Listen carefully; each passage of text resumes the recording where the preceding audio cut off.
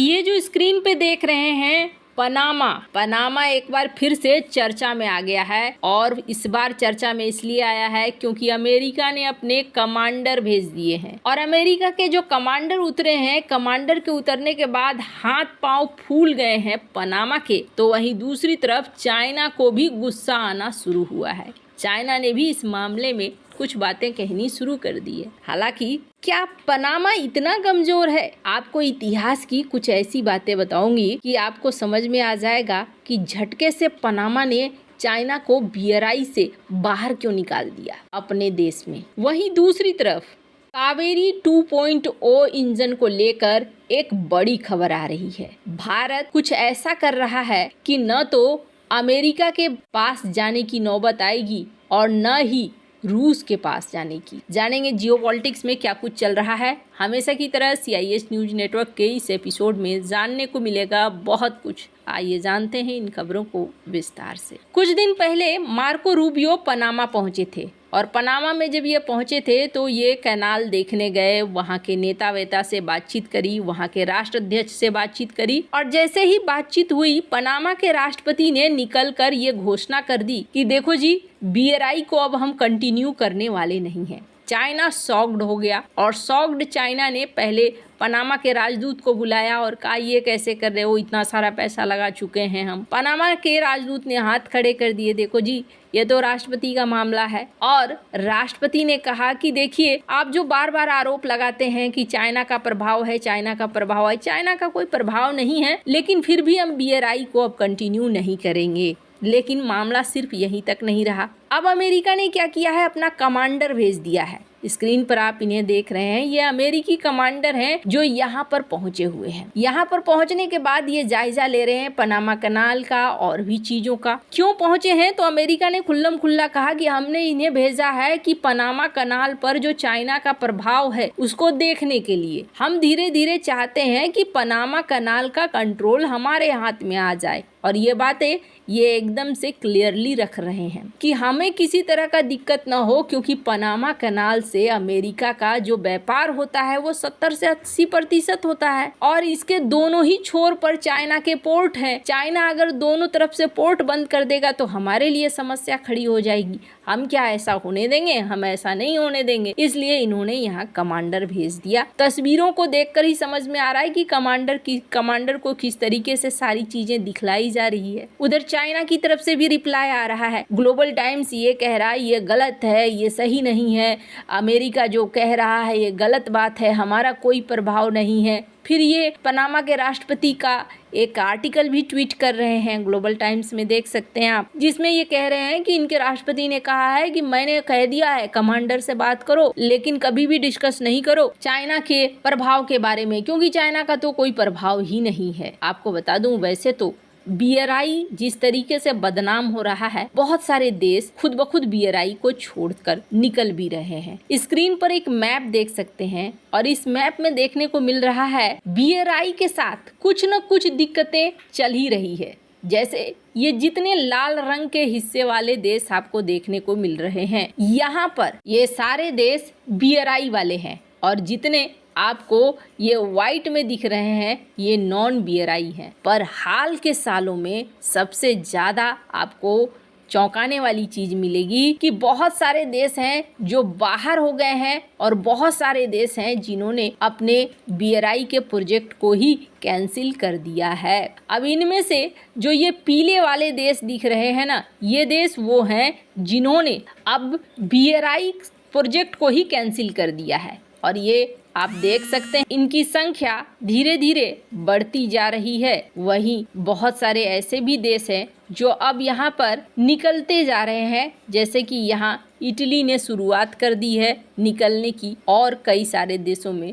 समस्याएं भी गहराती जा रही है। तो BRI के साथ धीरे धीरे ये हो रहा है कि चाइना ने जो पैसे लगाए हैं वो डूबते हुए नजर आ रहे हैं। लेकिन आपने सोचा होगा कि आखिरकार पनामा इतना डर क्यों रहा है? पनामा तो एक देश है ना, पनामा को इतना डरना नहीं चाहिए। उसे जो फैसला लेना है वो संप्रभुता से फैसले ले। तो आपको एक इतिहास दिखलाती हूँ। स्क्रीन पर कुछ तस्वीरें देख रहे हैं। सबसे पहले तो ये तस्वीर जिसमें बीच में एक शख्स है। ये शख्स कौन है? ये कभी पनामा का राष्ट्रपति हुआ करता था और इसे 2 लोग पकड़े हुए हैं। इसे एक समय कहा जाने लगा कि ये तानाशाह बन चुका है और अपने फैसले खुद लेना चाह रहा है। जाहिर तौर पर ये ऐसे फैसले ले रहे थे जिन फैसलों से अमेरिका को आपत्ति थी। पहले कई बार बातें कही गई, पनामा कैनाल को आप किसी और के कंट्रोल में नहीं जाने दो, लेकिन इन्होंने सुना नहीं। इन्होंने कहा अच्छा जो भी होगा देखा जाएगा, तुम कर ही क्या लोगे हमारा। और फिर अमेरिका ने क्या किया था? अमेरिका ने यहाँ 27,000 सैनिकों को उतार दिया था। 27 सैनिक मारे गए थे अमेरिका के, 504 लोग मारे गए थे पनामा के नागरिक। और ये जो तानाशाह थे, नाम था इनका मैनुअल नोरिएगा, ये भाग गए और भागकर सबसे पहले इन्होंने वेटिकन के राजनयिक मिशन में शरण ली। फिर 11 दिनों बाद इन्होंने सरेंडर कर दिया। इनको ड्रग्स तस्करी, धोखाधड़ी, धन शोधन का दोषी पाया गया। इनको सजा मिल गई। इस ऑपरेशन का नाम था ऑपरेशन जस्ट कॉज। वैसे अमेरिका ने आरोप लगाया था कि पनामा कैनाल का इस्तेमाल मादक पदार्थ की तस्करी के लिए होने लगा था और तब कुछ दिनों के लिए कथित तौर पर कंट्रोल हो गया था अमेरिकी सैनिकों का। 20 दिसंबर 1989 का ये आक्रमण था। अब आप सोच सकते हैं कि इतिहास में ऐसी चीज हुई है। यही वजह है कि यहाँ पर पनामा बातों को मान रहा है। सिर्फ इतना ही नहीं, पनामा में तो अभी अपने जो अवैध घुसपैठिए हैं उन्हें भी भेज रहा है कि आप अपने यहाँ रखो और यहाँ से भेज दो, और जो लोग नहीं हैं जाना चाहते उनको आप अपने यहाँ ही रख लो। इसमें भारत के भी हैं, चाइना के भी लोग हैं। एक चाइनीज महिला तो भाग गई इनके होटल से, अब उनको ढूंढने के लिए पनामा की पुलिस लगी हुई है। तो पनामा की स्थिति ये है और इतिहास इनका ऐसा रहा है। यही वजह है कि पनामा दोबारा ऐसी सिचुएशन नहीं देखना चाहता है। ये जो तस्वीर देख रहे हैं हाथ में अवार्ड लिए, ये वो अमेरिकी सैनिक हैं जिन्होंने ऑपरेशन जस्ट काउज में हिस्सा लिया था। जहां एक तरफ ये सब कुछ चल रहा है, वहीं दूसरी तरफ ये एक तस्वीर देख रहे हैं। ये तस्वीर है भारत के पहले फाइटर जेट की, जो भारत खुद से बनाना चाहता था अपने दम पर, और उस समय भारत ने इसे बनाना शुरू कर दिया था। सब कुछ तैयार ही हो गया था, इंजन भी इसका लगभग तैयार हो गया था। उस समय कहा जाता है कि ब्रिटिश की मदद से भारत ने इंजन भी तैयार कर लिया था, और वो इंजन था 21.6 kN का थ्रस्ट उत्पन्न करने वाला।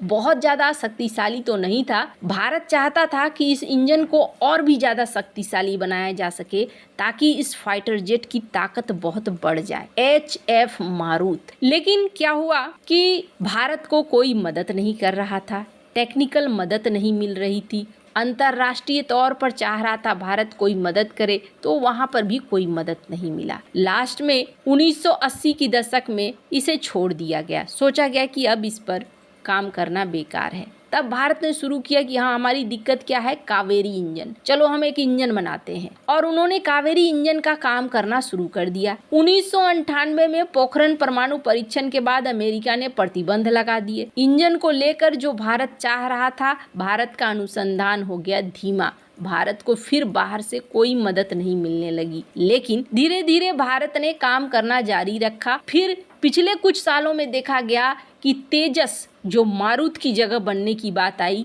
और उसके बाद अपने इंजन की बात आई, तो दोनों ही चीज़ों में भारत ने तेजी से काम करना शुरू कर दिया। लेकिन इंजन बनाना कोई आसान काम नहीं है, इसलिए जब कावेरी 1 इंजन बना तो भारत के लिए थोड़ी सी दिक्कत हुई।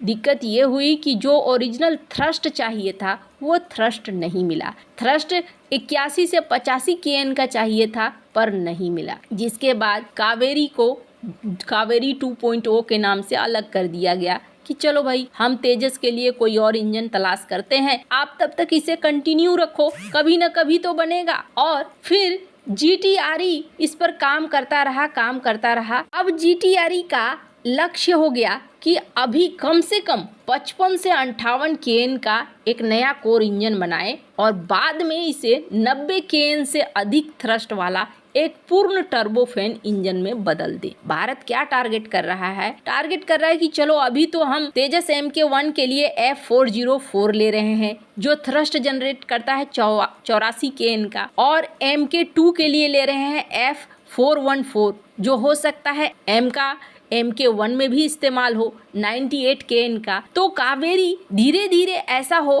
कि हमारे MK1 और MK2 इन दोनों में विदेशी इंजनों को रिप्लेस कर सके। भारत इसके लिए अब कावेरी 2.0 के साथ विकास कर रहा है। माना जा रहा है कि रूस में इसका परीक्षण भी चल रहा है और एमका के MK2 वर्जन के लिए भारत और फ्रांस के बीच भी साझेदारी चल रही है। माना जा रहा है साल 2030 का मध्य का अंत एक बहुत ही बढ़िया समय होगा जहां भारत के पास अपने फाइटर जेट के लिए अपना इंजन हो सकता है। वैसे आपको क्या लगता है? इन सब मामले में आपकी क्या राय है? कमेंट कर जरूर बताएं। जल्द मिलते हैं अगली वीडियो में नई खबर के साथ।